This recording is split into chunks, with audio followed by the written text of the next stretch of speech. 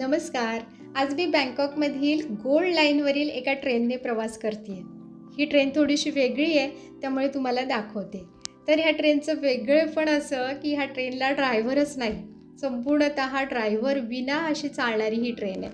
ही train APM म्हणजे automated people mover ह्या सिस्टमवरती चालते. या ट्रेनला फक्त 2च डबे आहेत. डबे जरी 2 असले तरी प्रत्येक डब्याची कॅपॅसिटी 138 लोकांची आहे. आणि ह्या ट्रेनची फ्रिक्वेन्सी पण खूप मस्त आहे. दर 6व्या ते 10व्या मिनिटाला ह्या गोल्ड लाईनवरनं एक ट्रेन धावते. त्यामुळे ना सकाळी 6 वाजल्यापासून रात्री 12 वाजेपर्यंत ही ट्रेन सुरू असते आणि याची भरपूर फेऱ्या होतात त्या ट्रेनच्या. त्यामुळे दर दिवशी साधारणपणे 42,000 लोक या रूटने प्रवास करतात.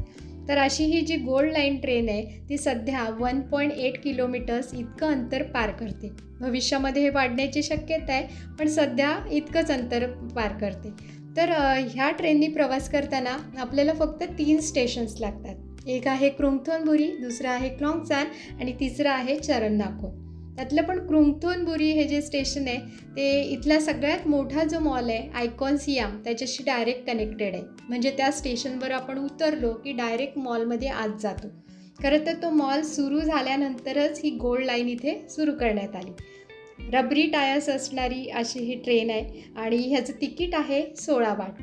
तर तुम्हाला ही फुल्ली ऑटोमेटेड ट्रेन कशी वाटली ते नक्की कळवा. आणि थायलंडमध्ये आता सुट्ट्या सुरू आहेत, त्यामुळे मी तुम्हाला थायलंडमधल्या अशा छान छान गोष्टी दाखवू शकते. फक्त तुमच्याकडनं पण थोडंसं मोटिवेशन येऊ द्या.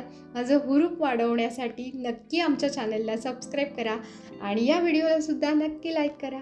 तर मस्त राहा, खुश राहा आणि मुख्य म्हणजे फिरत राहा. बाय.